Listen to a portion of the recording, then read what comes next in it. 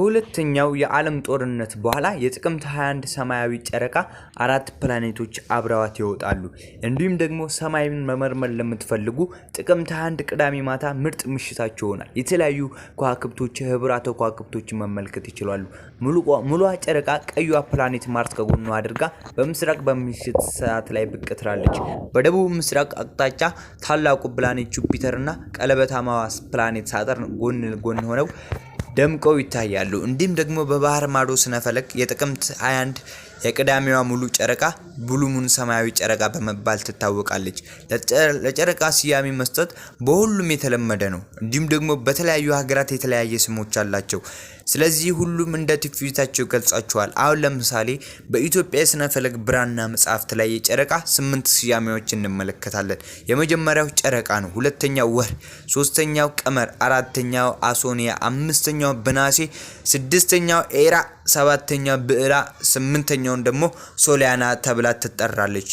በሌላ ሀገራት ያሉ ሰዎች የጥቅምት 21 ሙሉ ጨረቃ ፉል ሙን ሰማያዊ ጨረቃ ማለታቸው ጨረቃ ሰማያዊ ትሆናለች ማለት አይደለም።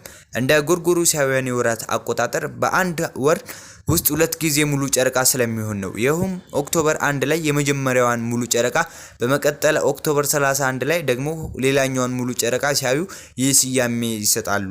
ጨረቃ ጠፍ ሆና ተወልዳ ከሁለት ሳምንት በኋላ ወይም በ14ኛው ቀን ጨረቃ ከፀሐይ በተቃራኒ በኩል ትሆንና የፀሐይ ብርሃን ሙሉ ለሙሉ ያርፍባታል። ይህም ደረጃ ሙሉ ጨረቃ ፉል ሙን ይባላል። በዚህ የሙሉ ሰሌዳ ወቅት መሬት መሃል ላይ ስትሆን ጨረቃና ፀሐይ በተቃራኒ ስለሚሆኑ ልክ ፀሐይ እንደጠለቀች ጨረቃ ሙሉ ሆና በምስራቅ ትወጣለች። ልክ ፀሐይ እንደወጣች ደግሞ ጨረቃ በምዕራብ በኩል ትጠልቃለች ማለት ነው። ጥቅምት 21 ላይ ቀኗን ጠብቃ ሙሉ ጨረቃ የምትሆነው በየ19 ዓመት ነው። በየ19 ዓመቱ ሙሉ ጨረቃ በተመሳሳይ ቀን ሊሆን ይችላል። ይህ የሜቶኒክ ዑደት ወይንም አውደ አበቅቴ ይባላል። ከጌታ ልደት በፊት ከ432 ላይ የግሪኩ ሜቶን ከ19 ዓመት በኋላ ጨረቃ ልኬቷን ትደግማለች ይላል። ነገር ግን ትንሽ ልዩነት ሊኖረው ይችላል። ከጨረቃ ምህዋራዊ ጊዜ ጋርና ሰግር ጊዜያት ጋር በተያያዘ የቀናት ልዩነት እንደተጠበቀም ሆኖ ይህ የ19 ዓመት ዑደት በጎርጎሮሳውያን ዘመን ቀመር ከዚህ በኋላ በ2039 በ2058 በ2077 በ2096 ላይ ነው የሚከሰተው ይላሉ።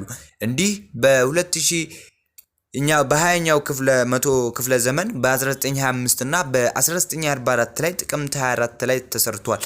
በእርግጥ በየ19 ዓመቱ የሚከሰት ክስተት ነው።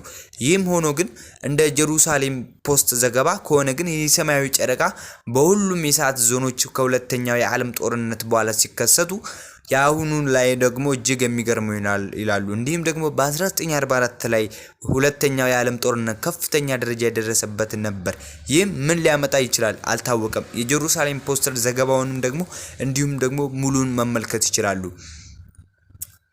ጀሩሳሌም ፖስተር በመቀጠል ከዚህ ሙሉ ጨረቃ ከጥቅምት 21 ኦክቶበር 31 ወደ ጥቅምት 22 ኖቬምበር 1 ሄዶ ነበር። እንደ አውሮፓውያን አቆጣጠር በ1963 በ1982 እና በ2001 በ20ኛው መቶ ክፍለ ዘመን ላይ አሁን ግን ጥቅምት 21 2013 ወይም ኦክቶበር 31 2020 ላይ በሁሉም ዓለም ላይ ያሉ የጥቅምት 21 ሙሉ ጨረቃ ከሁለተኛው የዓለም ጦርነት በኋላ ይመለከታል ይላሉ ዘገባቸው። እንዲሁም ደግሞ ይገልጻል። እንዲሁም ደግሞ ሌላው የጥቅምት 21 ቅዳሜ ክስተት ፕላኔት ኡራኖስ ወደ መሬት ቀረብ የምትልበት ሲሆን በ1.75 ቢሊዮን ማይልስ ርቀት በ2.81 ቢሊዮን ኪሎ ሜትር ትቀርባለች። በፀሐይ መላ ገጿ ብሩህ ይሆናል። ኡራኖስም በቴሌስኮፕ ለማየት ምርጡ ቀን ነው።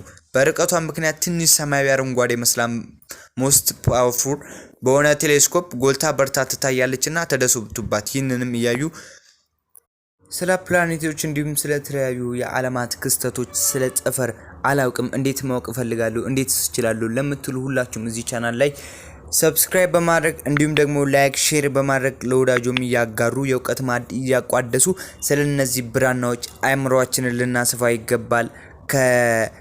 ከረቀቀ ነገር ወደ መረቀቅ ይገባናል። አንድ ነገር ከትንሽ ነገር ወደ ትልቅ አይምሮአችን ከጠበበ ነገር ወደ ልናስፈው ይገባልና ሁላችሁም ይህንን ቻናል ሰብስክራይብ በማድረግ እንዲሁም ደግሞ ስለ ፕላኔቶች፣ ስለ ተለያዩ የኢትዮጵያ ብራናዎች፣ ስለ የኢትዮጵያ ብራና ምርምርና እንዲሁም ደግሞ የሳይንስ ምርምርን ጎን ለጎን አድርገን እያስኬደን እናመጣላችኋለን።